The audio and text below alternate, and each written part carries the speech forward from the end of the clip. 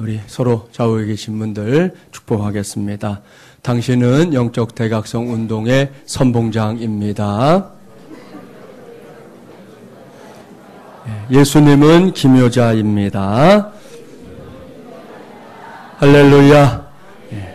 대강절 두 번째 주일인 오늘은 영적 대각성 운동 13번째 시간입니다. 오늘은 모사이신 주님의 지혜를 배워야 할 시대입니다. 라는 제목으로 하나님의 말씀을 전하도록 하겠습니다. 오늘 봉독했던 말씀에 대해서는 지난 주일에 이미 설명을 했었지요. 이 말씀은 예수님께서 갓난아기의 모습으로 이 땅에 오시기 전에, 그러니까 주전 8세기의 이사야 선지자를 통해 선포된 예언입니다. 이 예언의 핵심은 예수님이 어떤 분이신지를 설명해 주는 것이죠. 지난 주일에는 기묘자라는 예수님의 별칭에 대해 말씀을 전했습니다. 경이롭고 놀라우신 분 말입니다.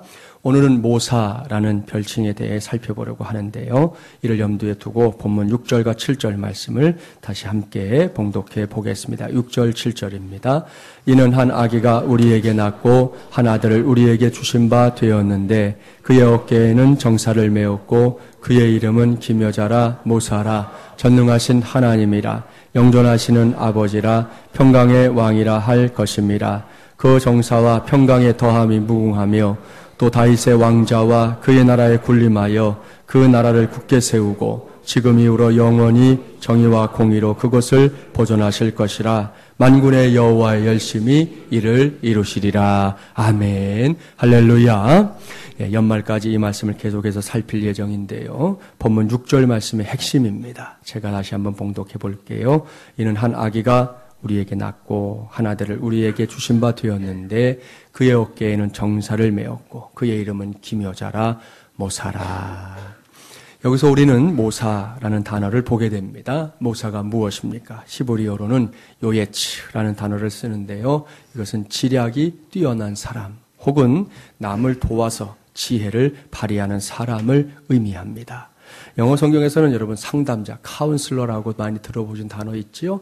그 단어로 번역을 했고요. 신약 성경의 언어인 헬라어로는 우리말 성경에서 보혜사라는 말로 번역된 이 파라클레토스라는 단어로 설명할 수 있습니다. 이러한 모든 단어들의 의미를 통합해서 설명한다면 이 땅 위에 한 아기의 모습으로 찾아오신 우리 주님은 그 지혜가 끝이 없는 분이라고 말씀드릴 수 있습니다. 이것이 모사입니다. 그런 관점에서 예수님의 생애를 살펴보면 예수님을 가리켜 이사야 선지자가 모사라고 일컫고 있는 것이 얼마나 타당한 일인지 곧 알 수 있습니다. 특별히 예수님께서 하신 말씀들을 쭉 살펴보십시오. 순간순간 번뜩이는 지혜가 예수님의 입술을 통해 흘러나왔습니다.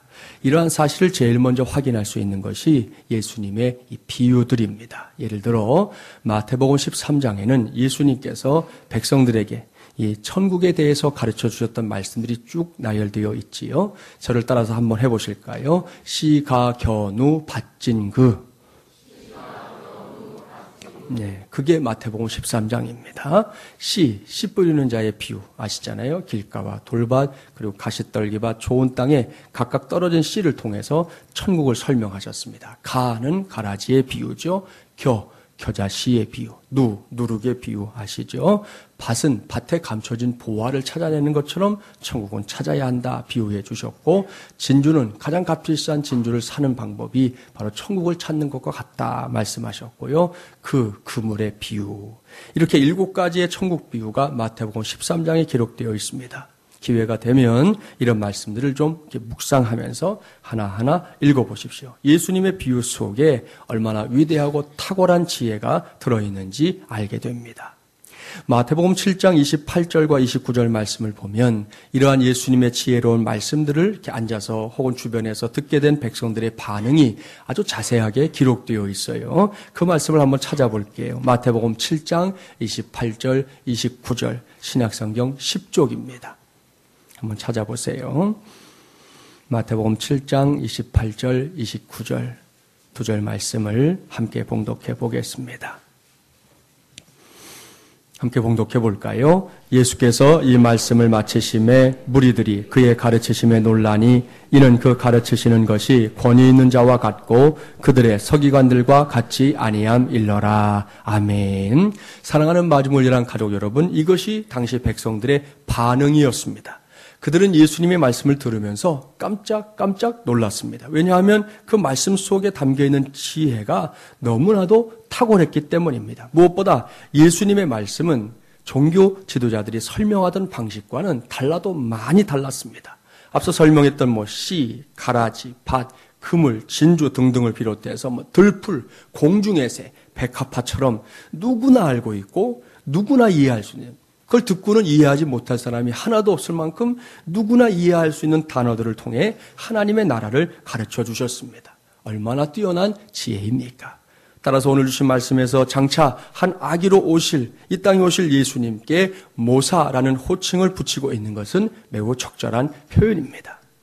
사실 이러한 지혜의 소중함은 우리가 일상생활에서도 자주 확인하게 됩니다. 무엇보다 우리는 연륜이 깊은 어르신들을 통해 그러한 지혜를 배울 수 있습니다. 몇 해 전에 하늘나라로 가신 고 한경직 목사님 아시죠? 목사님이 연세가 꽤 많이 있으셨고 또 이제 말년에는 좀 이렇게 늘 시름시름 하셨어요. 그래서 병문안을 위해 이 교계의 중진들이 찾아뵌 적이 있었습니다. 그 중에 이제 한 목사님이, 목사님, 모처럼 이 교계의 중진들이 이렇게 한 자리에 모였는데 목사님 오랫동안 목회도 하셨고 또 한국교회를 위해서, 세계교회를 위해서 일도 많이 하신 어르신이니까 좋은 말씀 한마디 해주세요. 이렇게 부탁을 했습니다. 그때 한경직 목사님께서 하신 말씀이 뭐냐? 이거였어요. 목사님들, 예수 잘 믿으세요. 만일 저나 여러분이 그 자리에 있었다면 어떤 생각이 들었을까요? 아니, 이 어른이 왜 이러시지? 목사들이 예수님 믿는 거 당연한 일인데 이 시간에 하실 말씀이 이런 말씀밖에 없나? 아마도 이런 생각이 들 겁니다. 실제로 그 자리에 있었던 목사님들도 같은 마음이었습니다. 그래서 어떤 목사님이 다시 여쭸어요. 목사님, 그건 당연한 말씀이고요. 또 다른 말씀 없으세요? 그러자 한 목사님이 다시금 진지한 표정을 지으면서 말씀하셨습니다. 목사님들, 예수 잘 믿으세요. 내가 하고 싶은 말은 이것입니다. 처음에 이 말씀을 듣고 당황하기도 하고 도대체 왜 이러시나라고 생각했던 목사님들이 시간이 조금 흐르고 나자 스스로 고개를 끄덕이기 시작했습니다. 역시 한국교회의 성자라고 불리는 한경직 목사님다운 가르침이라는 생각에 모두가 숙연해졌다고 합니다. 그렇습니다. 지금 다시 생각해 봐도 한경직 목사님의 말씀 짧지만 어마어마한 지혜가 담긴 가르침입니다. 저도 목사지만 목사라고 해서 다 예수님 잘 믿는 거 아닐 겁니다. 물론 목사이기에 믿는다고 하고 더 잘 믿어보겠다고 애써 보지만 그렇지 못할 때가 있는 것도 사실입니다. 여기에 서 있는 제 자신부터 부족하고 한없이 나약한 존재라는 거 느낄 때 많습니다. 그리고 사역을 하는 것과 믿는 것은 분명히 다른 것입니다. 물론 그것이 정비례한다면 그것은 너무나 감사한 일이죠. 하지만 목회를 한다고 해서 그것이 꼭 예수님을 잘 믿는 것이라고 말할 수만은 없다는 것입니다. 당시 한경직 목사님의 가르침을 받은 목사님들 가운데 집에 돌아오는 길에 그 깨달음을 생각하면서 목사님께 감사의 전화를 드린 목사님들도 있었습니다. 사랑하는 여러분, 이런 것이 바로 지혜 아니겠습니까? 아주 짧은 말씀이었지만 그 여운이 두고 사람의 가슴 속에 남는 그런 말씀, 이것이 바로 지혜가 담긴 말씀입니다. 이렇게 우리는 어르신들에게서 지혜를 배울 수 있습니다. 교회에서도 마찬가지입니다. 어르신들과 이야기를 나누다 보면 그분들만이 갖고 있는 지혜로움이 있다는 것을 종종 발견하게 됩니다. 그러니까 내 옆에 어르신이 있다면 그분을 마음을 다해 존중해 드리기 바랍니다. 그러면요, 자다가도 떡을 먹을 일이 생길 겁니다. 비단 어르신들만이 아닙니다. 때로는 어린 아이들에게서도 지혜를 배울 때가 있어요. 아이들이 그 톡톡 튀는 생각들 말입니다. 어른들은 절대로 생각할 수 없는 걸 걔네들은 생각하고 우리는 보지 못하는 눈높이를 그 아이들은 갖고 있잖아요.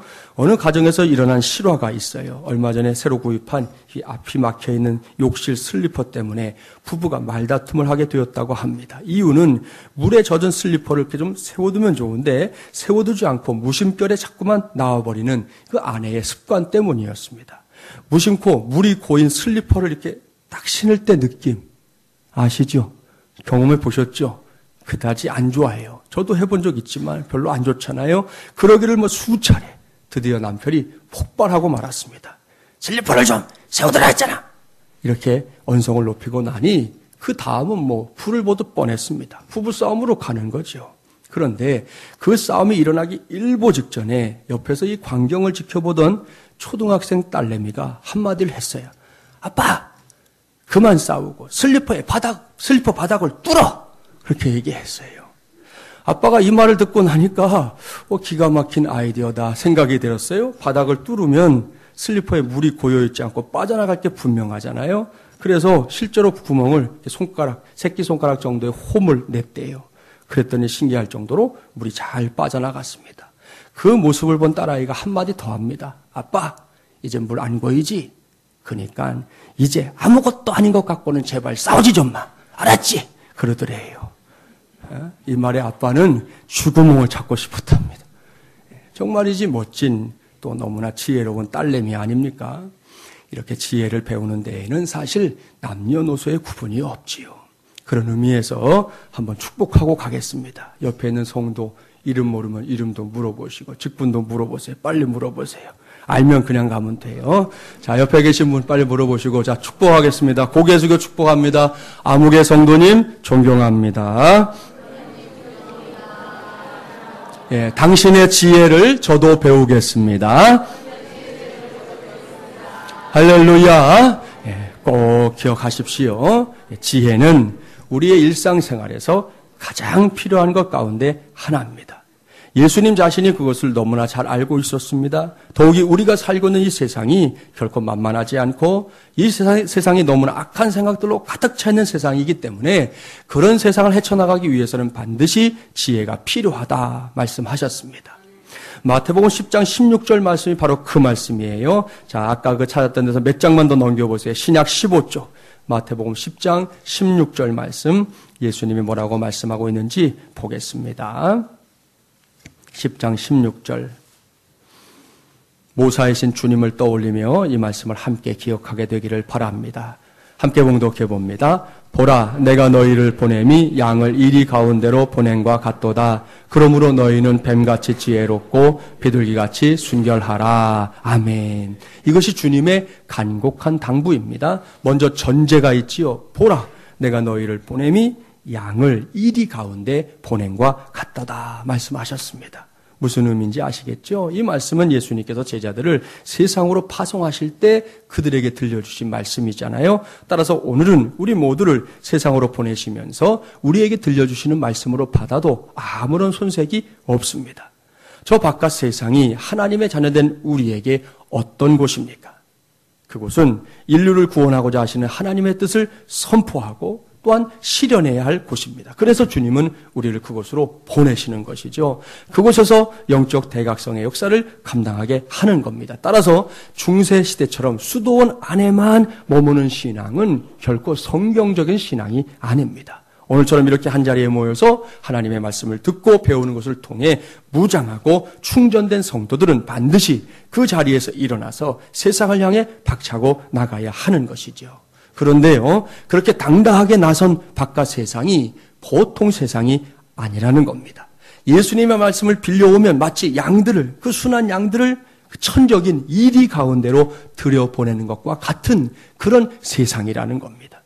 요즘 우리가 사는 세상 떠올려 보면 이 말씀의 의미를 곧 알 수 있을 겁니다. 그러니 이런 세상에 발을 들여놓으면서 아무런 대책도 없이 상대하면 되겠습니까? 그랬다가는 백전백패하고 말 것입니다. 그래서 예수님께서 대안을 말씀하시는 거예요. 너희는 뱀같이 지혜롭고 비둘기같이 순결하라. 매우 적절한 해답입니다. 한번 생각해 보십시오. 우리가 하나님의 자녀답게 살기 위해서 선택해야 할 것 중에 하나는 분명히 순결한 삶일 겁니다. 물론 그렇게 산다는 것도 결코 쉽지는 않습니다. 아직도 죄로부터 완전히 자유할 수 없는 것이 저와 여러분이기 때문입니다. 그럼에도 불구하고 우리는 하나님을 아는 사람들이기 때문에, 하나님을 믿는 사람들이기 때문에 그래도 세상 사람들과는 어딘가 다른 삶을 살 수 있는 여지가 있다는 것이죠. 분명히 있습니다.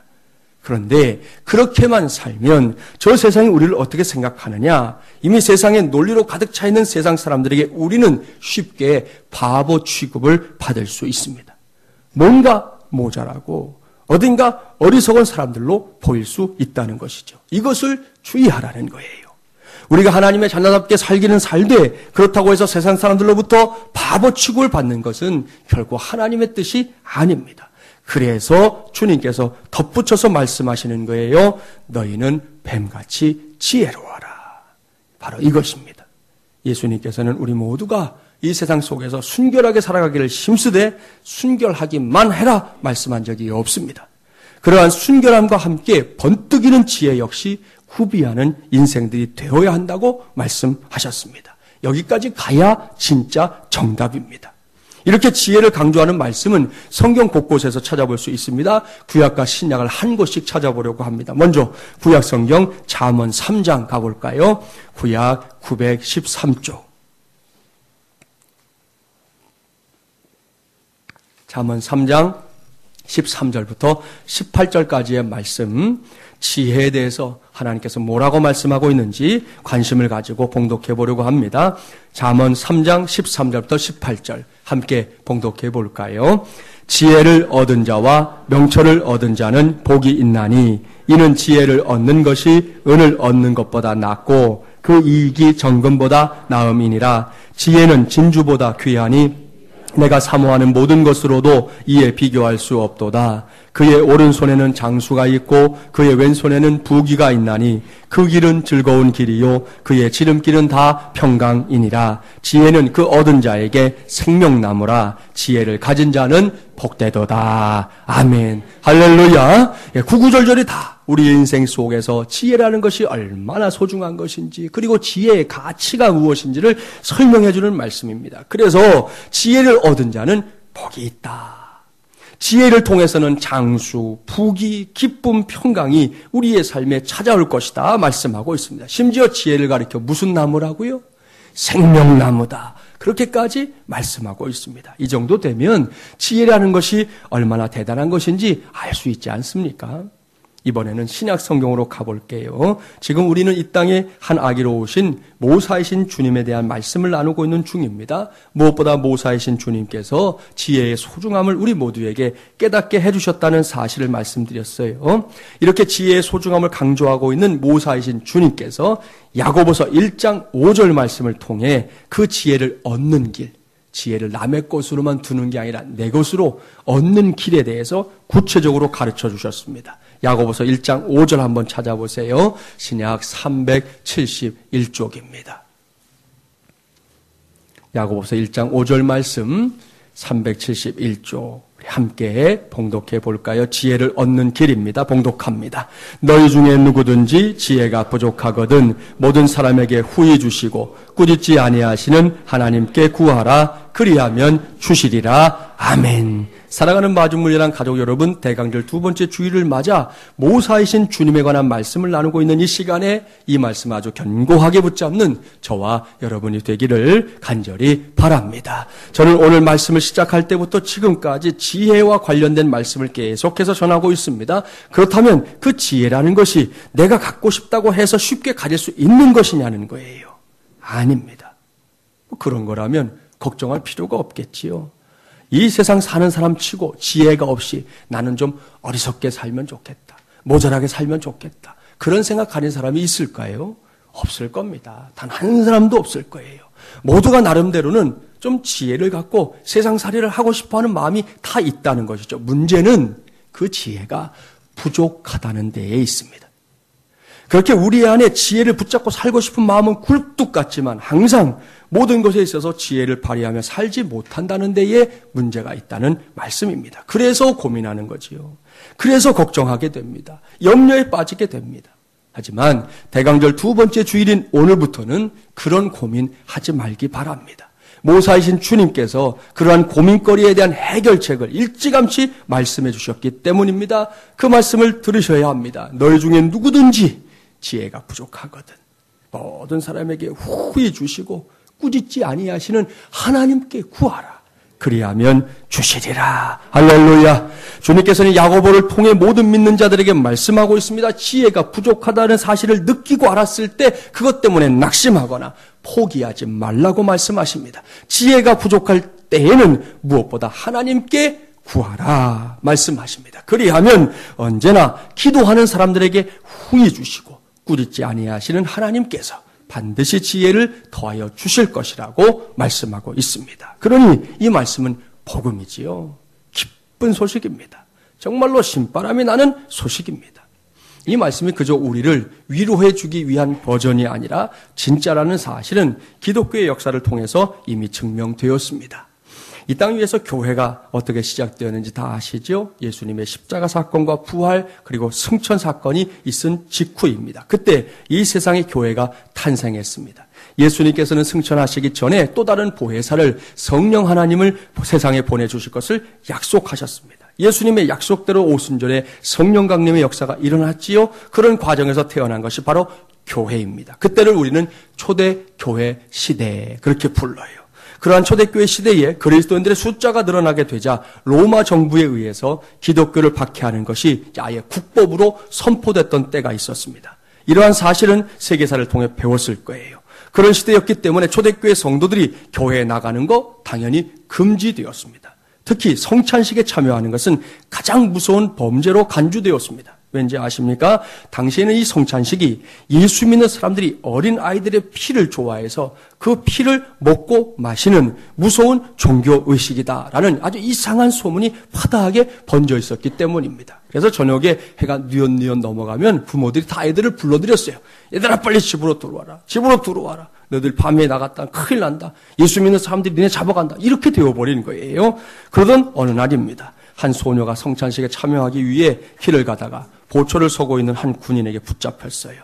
군인은 소녀를 잡자마자 어디를 가느냐 다그쳐 물었습니다. 이때 소녀는 마음에 선의의 거짓말을 하고 싶은 충동이 일어났지만 하나님 앞에서는 선의의 거짓말까지도 하고 싶지 않다는 생각 때문에 그 자리에서 잠시 기도했어요. 하나님 어떻게 대답해야 할까요?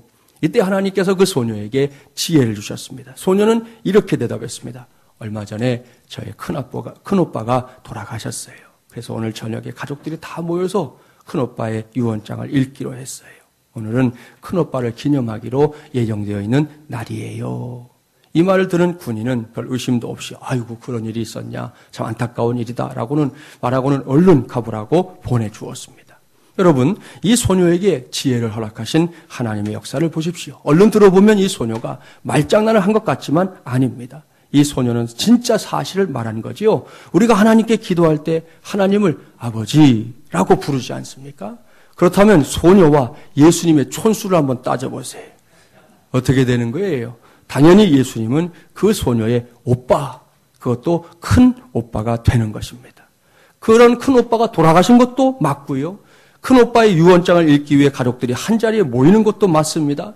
그 유언장은 다름 아닌 성경 말씀이죠. 그것을 낭독하면서 큰오빠의 죽음을 기념하는 날, 그날이 바로 성찬식을 행하는 날이었던 것입니다. 보십시오. 모두가 다 사실입니다. 조금도 보태지 않았고 조금도 빼지 않았습니다. 사실이 아닌 것을 말한 것이 하나도 없습니다. 누가 이렇게 하셨느냐는 거죠. 하나님께서 그렇게 역사하신 것입니다. 특별히 힘든 고난과 빠져나가기 어려운 상황 속에서도 간절하게 기도했던 그 작은 소녀에게 하나님께서는 당당하게 사실을 말하고도 살아남을 수 있는 지혜를 선물로 주신 것이었습니다. 여기까지 말씀을 준비하다 보니까 제가 선교대학원 다닐 때 있었던 일이 하나 떠올랐어요. 당시에 장로회 신학대학교 안에는 외국인 신학생들이 다수 있었습니다. 그중에서 선교대학원 과정에 들어와서 공부하던 사람 중에 이스라엘에서 온 유대인 신학생이 한 사람 있었어요. 지난번 우리 교회 임직식 때 오셨던 이광순 교수님이 한 번은 그 학생을 데리고 제가 공부하고 있는 방에 들어온 적이 있었습니다. 그때 이 교수님이 하신 말씀이 이 학생이 얼마 후면 이곳에서 공부 마치고 이제 이스라엘로 자기의 조국으로 선교사로 가려고 한다는 거예요. 그런데 한 가지 문제가 있어서 고민을 하고 있으니까 함께 기도해 달라 하셨습니다. 그 학생의 고민은 다른 것이 아니었어요. 자기가 이스라엘로 들어가려고 하면 어느 나라는 그렇지만 이민국을 거쳐야 되잖아요. 근데 외국에 거주하던 유대인들이 다시 이스라엘로 들어가려면 아주 까다롭게 군다는 거예요. 우리나라 같은 경우는 우리나라 사람들 쑥쑥쑥 막 들여보내잖아요. 그런데 그렇지가 않은 거예요. 특별히 한국에서 왔다 그러면 꼭 묻는데요. 당신은 크리스천이냐? 라고 질문을 한다는 겁니다. 그럴 때 잘 넘어가려면 어떻게 해야 돼요? 아니다. 라고 대답을 해야 하는데 이스라엘의 구원을 위해 선교사로 입국하는 사람이 처음부터 거짓말을 하고 시작한다는 게 너무나 마음에 걸려서 그럴 수가 없다는 겁니다. 그렇다고 해서 그렇다 대답했다가는 그 자리에서 출국 조치를 당할 게 분명했습니다. 그러니 이러지도 저러지도 못할 상황이 돼서 고민이 많다는 거예요. 이렇게 딱한 소식을 접한 목사님들이 그 자리에서 그 예비 선교사님을 가운데 세워놓고 같이 동성으로 간절하게 기도하고 나서 이런저런 이야기를 나누다가 아주 좋은 아이디어가 나왔어요. 그것은 이민국에서 어떤 질문을 하든 백문일답이라는 거 아시죠? 질문을 100가지 해도 답은 하나. 그렇게 하는 것이 좋겠다라는 생각이 이제 모아진 거예요. 그러니까 이민국 직원이 당신은 크리스천이냐? 라고 물으면 뭐라고 대답한다고요? 나는 유대인입니다. 이렇게 대답해보자. 그렇게 한 거예요. 그러면 다시 물을 거잖아요. 당신이 예수를 구세주로 믿는 사람이냐 아니냐 그걸 묻는 거다. 그럼 대답은 어떻게 해요? 나는 유대인입니다. 이렇게 하자고 이제 이야기를 한 거예요. 그렇게 이민국 직원이 하여튼 뭐라고 묻든 간에 대답은 딱 한 가지. 그것만 갖고 이스라엘로 가자. 나는 유대인입니다. 그러면 거짓말도 아니고 또한 입국을 하는데 방해받지 않지 않겠느냐라고 이제 말해 주었는데요. 이렇게 우리가 이야기를 해주니까 이 유대인 신학생의 얼굴에 막 화색이 도는 거예요. 이야, 모두가 행복한 시간이 되었습니다. 그분이 지금 이스라엘에서 선교사로 일을 하고 있거든요. 어떻게 이스라엘에 들어갔을까요? 딱 한 가지밖에 없어요. 나는 유대인입니다. 이분이 이민국을 그렇게 실제로 통과한 거예요. 우리 교수님 통해서 연락이 왔는데 그 대답만 하니까 하도 어이없어서 들여보내주더라는데 그냥 계속해서 나는 유대인입니다. 이 말만 하니까 이 정신 나갔나 그러고는 들여보냈나 봐요. 아무튼 지금도 귀한 사역을 감당하고 있다고 소식을 이렇게 전해와서 얼마나 참 감사한지 모릅니다.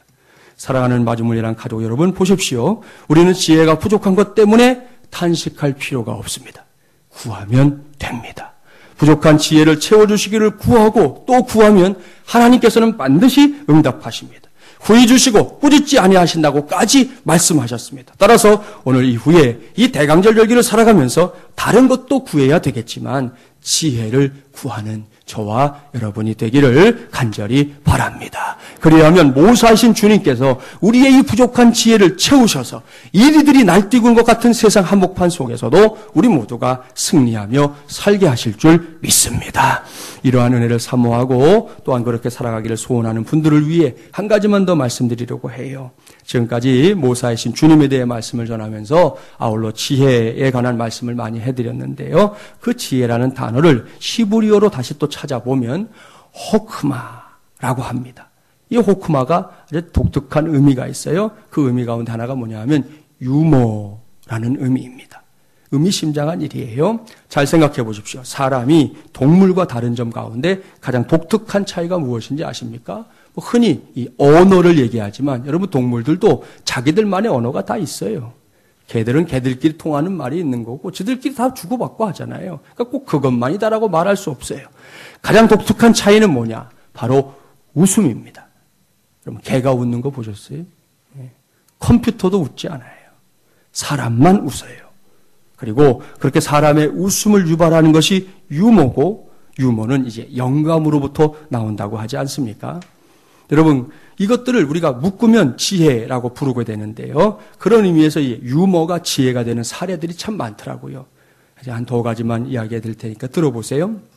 어느 교회에서 목사님이 성도들에게 말씀하셨습니다. 사랑하는 성도님 여러분, 다음 주일에는 거짓말에 대하여 설교를 할 예정이니 이해를 돕기 위해 마가복음 17장을 미리 읽어보고 오시기 바랍니다. 그렇게 말씀하셨어요. 일주일이 지났어요. 다음 주일에 목사님이 설교를 하기 전에 얼마나 많은 교인들이 마가복음 17장을 읽었는지 알아보기 위해서 읽어본 사람들은 손을 들어보라 그랬어요. 그러니까 여기 저기 손 드니까 우리는 또 이렇게 체면이 중요하잖아요. 눈치 보다가 안 들고 있던 사람들도 다 손을 들어서 결국은. 그러자 목사님께서 미소를 지으며 이렇게 말했습니다. 예, 좋습니다. 모두가 읽으셨군요. 그런데 마가복음은 16장까지밖에 없다는 거 아시지요? 그럼 이제부터 거짓말에 대해서 말씀을 전하겠습니다. 그렇게 말씀을 시작했다는 거지요. 이 목사님의 유머가 수준급이에요. 모르긴 몰라도 그날 설교는 아주 끝내줬을 겁니다. 다음은 어느 회사에서 있었던 일인데요. 상사가 한 부하 직원을 불러서 대뜸 이렇게 물었어요. 이분이 예수 믿는 분이었던 것 같은데 자네 혹시 부활이라는 거 믿나? 그러니까 직원이 말합니다. 아니요. 그래서 상사가 다시 말을 합니다. 지난주에 자네 장모님이 돌아가셨다고 결혼했지. 그 장모께서 부활하셨네. 전화가 왔어. 하고 전화기를 이렇게 내밀더라는 거예요. 이런 건 역시 지혜를 발휘하는 유머에 속하지요. 사실 뭐 대놓고 혼낼 수도 있지만 여유 있는 마음을 가지고 던지는 한마디. 그 유머의 힘은 어떤 권위적인 말보다 때로는 더 따갑고 또 무게가 있기 마련이라는 것을 보여주는 좋은 사례인 것이죠. 그러니까 우리의 삶의 이런 지혜들은 참 유용한 것들이 될 수밖에 없다는 것입니다. 사랑하는 마중물이란 가족 여러분, 이제 말씀을 마무리하려고 합니다. 우리는 오늘 대강절 두 번째 주일을 맞이했습니다. 그리고 오늘은 한 아기의 모습으로 이 땅에 오신 우리 예수님께서 모사라는 사실을 말씀을 통해 확인할 수 있었습니다. 그렇기 때문에 그 주님을 구세주로 믿고 따르는 우리의 삶 속에서도 모사이신 주님의 은혜를 누리는 일들이 더욱 풍성하게 나타나게 되기를 바랍니다. 요즘 하루하루 살다 보면 정말이지 날이 갈수록 지혜가 필요한 세상이라는 생각을 떨쳐낼 수가 없습니다. 여러분들은 물론이지만 여러분의 자녀손들도 마찬가지예요. 그 아이들이 지금 당면에 있는 세상이 예수님 말씀과 똑같다니까요. 양들을 으르렁거리는 이리들 속으로 들여보내는 것 같은 그런 세상이잖아요. 그냥 두어서는 그 아이들 스스로 살아낼 힘이 없는 거죠. 능력이 없는 것이죠. 세상은 자꾸만 악해져 가는데 우리는 속수무책일 때가 많습니다. 따라서 대강절 두 번째 주일인 오늘 모사이신 주님께서 우리에게 허락하신 말씀에 꼭 귀를 기울이기 바랍니다. 너희 중에 누구든지 지혜가 부족하거든 모든 사람에게 후히 주시고 꾸짖지 아니하시는 하나님께 구하라. 그리하면 주시리라. 저와 여러분 모두가 이 말씀을 약속의 말씀으로 축복의 말씀으로 받게 되기를 주님의 이름으로 축복합니다. 아울러 각박하고 힘든 세상이지만 지혜가 유머로부터 온다는 사실 역시 기억하고 지금 여러분 앞에 닥쳐있는 모든 문제와 고민거리들을 조금은 더 여유롭게, 조금은 더 침착하게, 조금은 더 당당하게 감당해내기를 바랍니다. 거기에도 지혜를 더해주시는 하나님의 은혜가 함께할 줄 믿습니다. 그 믿음으로 모사이신 주님과 동행하는 이 대강절 절기를 통해 이전보다 더 큰 은혜, 더 큰 복 받아 누리는 것은 물론이고 계속해서 영적 대각성 운동의 선봉장들이 되는 저와 여러분이 되기를 주님의 이름으로 간절히 축원합니다.